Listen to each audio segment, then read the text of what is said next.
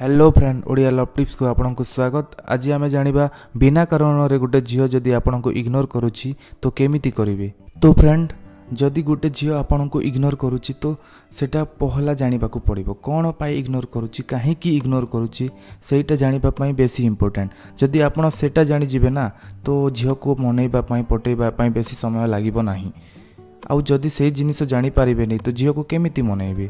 तो प्रथमे फ्रेंड कहीं झील इग्नोर करुछि सेटा को जानिबा को हेबो। से जिनिस जानि जिवे ना तो 2 मिनिट लागिबो नाही झील को मनैबा पई। जदि झील मानुनी बारंबार आपन को इग्नोर करुछि तो आपन भी इग्नोर करंतु।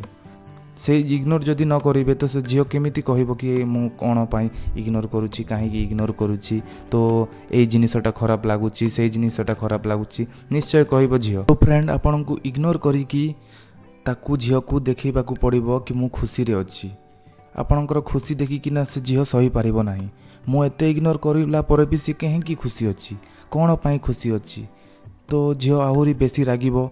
तो आपन को आसिकी कहबो कि मु तो ए कारण पाई तू एमिति कलु कि सेमिति कलु सेति पाई मु इग्नोर करुछि तते। तो झील आसिकी निश्चय कहबो आपन को। तो फ्रेंड आपन झील जदि इग्नोर करुछि तो आपन भी इग्नोर करबा चालू कर दियंतु। जदि चालू न करिवे इग्नोर न करिवे तो केमिति जानि पारिबे। झील को भी जाना पड़िबोनी कि आपन इग्नोर करूछंती बोली।